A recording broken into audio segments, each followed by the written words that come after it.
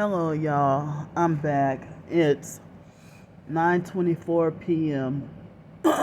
Excuse me. So, I guess I have a confident feeling that I'm gonna sleep good tonight because I am tired, sleepy, and can't even function. I think I'm just like on the verge of dozing off. So, I wow, I'm not. I think there is a bump in or something inside my nose. My nose wasn't as runny today as yesterday and probably the day before, but it's been a little runny today. So it's kind of like runny and stuffy. So with the new job, the permanent one, I don't have the temporary one anymore. I have a whole bunch of assessments that I need to do on some courses. And I would like to work on them tonight, but I am too dead tired. I'm too tired to even go take a bath, but I know I need to take one. So, I'm even too tired to, and too sleepy. I guess the sleep deprivation is catching up with me. And I guess my body's trying to overcompensate from all that lost sleep. But I guess it's good that, that I'm supposed to end up getting better sleep. Um, so here's what happened. um, Nobody helped me today. Nobody helped me. So the motel manager told me that, excuse me, he told me that if I can pay next week, then it will be for both this week and next week, you know. But I calculated that for this pay period, you know, I could be wrong, but I think that the first pay period and time going in and everything, that I guess for this first 2 weeks I'll be paid for 9 days. And so, um, and so I mean I know, of course, that they're gonna take out taxes and everything too. So I'm sitting here hoping that I would have precisely enough to get to afford to stay here for this week and next week. In which I hate being behind and having to owe and stuff like that. I really hate that. So, I could have been on the streets tonight, but he was gracious enough to tell me that, well, since you're getting paid next week, then, he said, since you're getting paid next week, then, you know, you can stay this week, and then, you can just pay me next week. And so I contacted a couple of organizations. One of them that's been stalling and dodging and playing games, I'm not going to mention the name, contacted the city. When the city contacted them, they lied and played innocent and lied and said that I became unreachable and hard to get a hold of, which was not true. and that agency is part of the gang stalking. So my information has been the same, and they have not reached out to me, and they've been dodging and stalling and on me and avoiding me. And at one point, they blocked my number. So,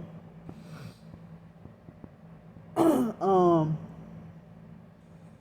they're supposed to be a Christian organization, but that doesn't mean anything, because professed Christian organizations be like the biggest covert Masonic perps. Fake sellout churches. They're not real Christian churches and stuff, you know. So, you know, I try to see about a couple of organizations, and another one said that, oh, we don't help with housing and stuff like that. So, I mean, by the time I get my work paycheck, I mean, I have been trying to look for, you know, housing assistance and, you know, all that. And it seems like the gang stalkers, they have been stalling me actually since I got here. And they was holding me back in New Orleans as well. So I already told y'all about the community mobbing, and they wanted me booted away from Section 8. Section 8 was in on the gang stalking. And, you know, nobody wanted to help me, and I ended up homeless. Didn't feel safe. And, and so I mean, now I'm just,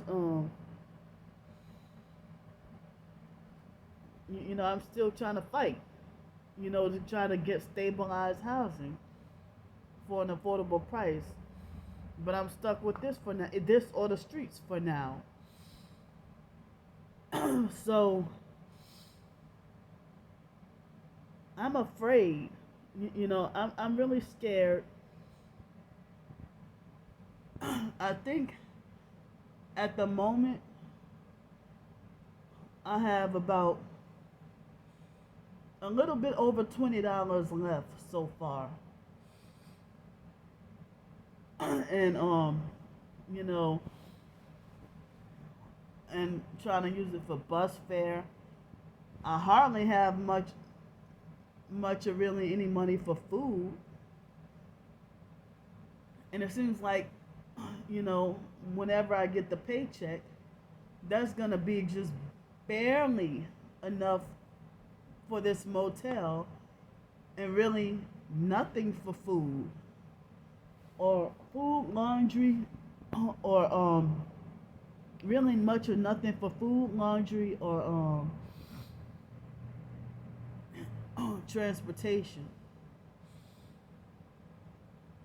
So,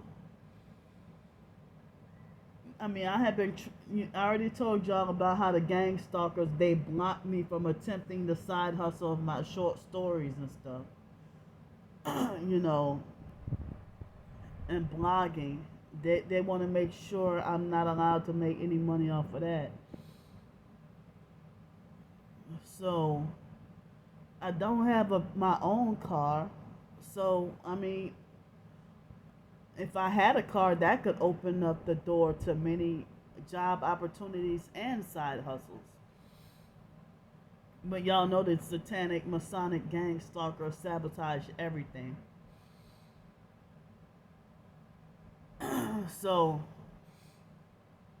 I had a few little weird things that go on at work today. I mean, that went on at work today. And I can't even talk about everything that happened.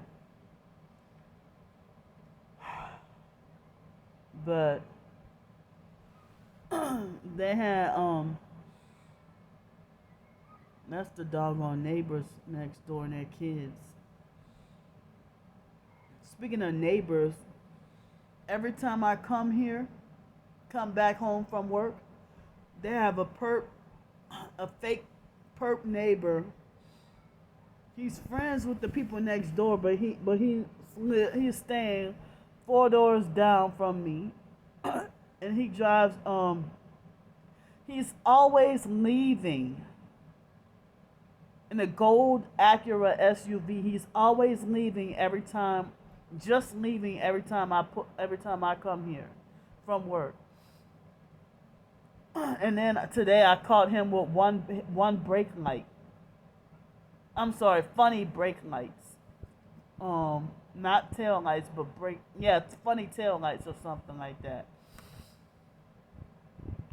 So it seems like almost everybody in this motel, I'm not saying everybody, but almost everybody is a perp here. um, Almost everybody is a perp here, you know. But it seems like the next door neighbors, it seems like they try to be nice and respectful and stuff, you know. Well, I'm thankful and glad for that, you know, that they try to be nice, considerate, and respectful. At first, I was afraid they were going to be trouble. But they hang with or friends with that guy in that gold Acura that I was just talking about, that lived four doors down. So, yeah, I'm too tired to even work on those courses for the job. And also, I got some Social Security business I need to handle. And, oh man, I got work to do. I mean, like errands to run and work to do. So I barely have really much or any money for food and like for food and laundry and bus fare and transportation and stuff, you know. And the buses, they stop running at a certain time, you know. So I'll be having to take like cab or Uber on the way back. And I'll be so drained and exhausted. So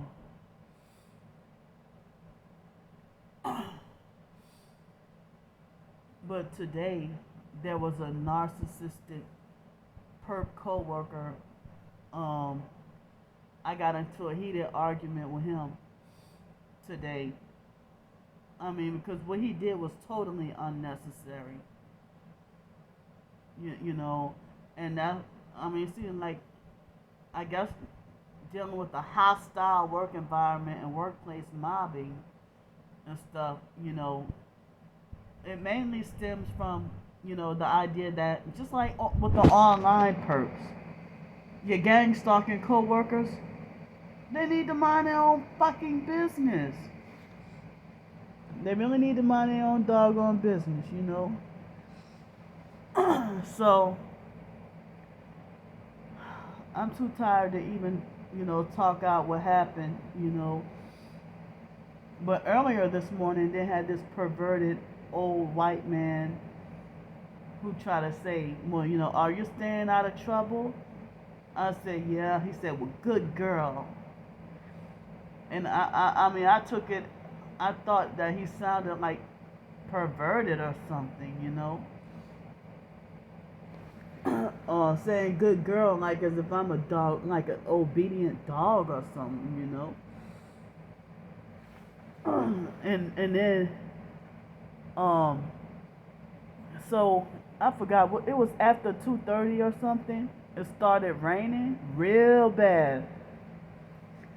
It was lightning and thundering and hard rain. And it rained so bad that the co-workers had to bring in the portable the portable vacuum cleaners. The portable vacuum cleaners, they had to bring them in. And we all sat there for, I don't know if it was 30 minutes or 45 minutes or something. And so, at first I thought that whoever was honking their horn, I thought that they were trying to move. And this man, I don't know if his name, he said his name is Ed or Edward or something. And I don't know if he was Jamaican or from the Caribbean islands. I think he might be Jamaican also. So every time I try to pull out and I'm done, sometimes if I'm done cleaning the car, he always hurries up and blocks me and then boxes me in and leave me trapped. And then there's another car behind me. So I didn't know who it was that kept on honking and horning at me. And so I tried to get out and pull up. And then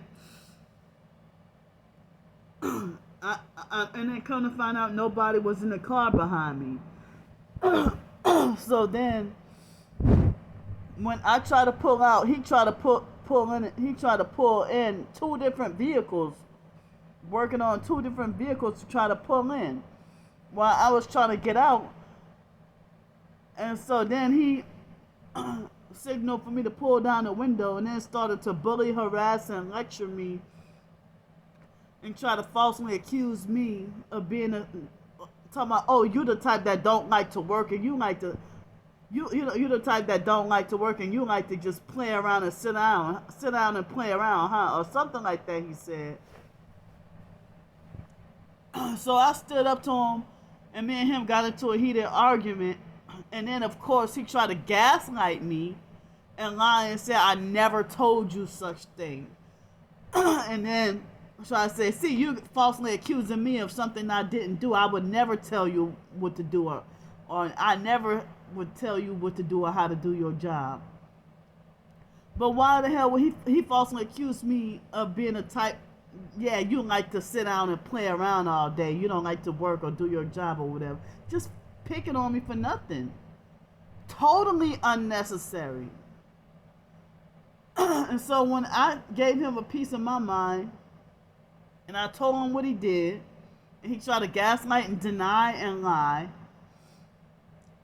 and then he felt the need to go and tell every coworker about me, you know. And then they had another perp coworker who was secretly filming and recording me right after the rain started. And so then there was another coworker who was with the different temp service. I overheard him saying on the phone, oh, well, they have two employees that are arguing. No, it wasn't that we were arguing. He was picking on me and I stood up to him, you know, trying to bully me. And so then the Ed guy, he for the rest of the day treated me like I deserved to be punished with the silent treatment and treated me like I don't exist. And that's not a good feeling because the Gary guy did that to me, you know, a few days ago. But then yesterday, the Gary guy was nice and respectful and like normal, you know. So I don't know. I don't know what the hell. Everybody just acting weird. You know? So then the Edward guy, when he tried to say, oh, I just, because he walked up to me and asked me, why you not cleaning up or why you not vacuuming or something like that. And I'm like, well, why am I the only one that's being told something when a lot of the guys, they went into one of the other, they have looked like more than one break room or something. So they have one in the main building and then one where we clean our cars at. And so a lot of us were sitting in the cars waiting on the rain, and then he just started harassing me for no reason at all and said, well, why you don't use this? And pointed at the vacuum cleaner and pick up the vacuum cleaner and try to demand that I work now and stuff, while I'm the only one who get told that he's a coworker and not the boss, and harassing me for no reason. And so I know that the real bosses, they be like, well, if something happens, tell us and this and that, whatever. But then, they would dismiss me eventually on any job, dismiss me and say that, making like as if my so-called tattletaling isn't to be taken seriously. So that's one of the reasons why I haven't been reporting every doggone thing, because I know it's part of the gang stalking. And then one of the managers, I'm not going to mention his name, you know, a fake nice perp, and he pointed at the computer screen with the devil horns hand sign, devil horns hand sign and stuff like that. And then another one of the managers yesterday, I think he pointed or used the devil horns too. So it's like, how the hell people gonna tell me how to be professional on a job, and y'all throwing up satanic hand signs like y'all glorify and worship Satan or something? I think I hear the neighbors or somebody nearby have either a loud car, loud music, or loud TV or something. So anyway,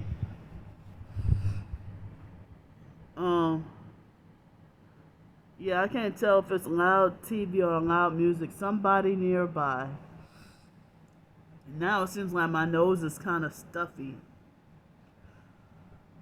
I would like to take another Epsom salt bath, because, even though I'm half standing, half sitting, and constantly on the move, I don't know why I get leg pain with this job, but I don't even feel like taking an Epsom salt bath. I feel like I just want to straight take a bath and then get out the tub and go to bed. But I gotta take a bath, and then I gotta take a bath, and then I gotta clean my teeth and stuff, and wow, I'm saying it's such a doggone struggle trying to cut through to survive, and being homeless. If I had to be on the streets, I no longer have a sleep spot.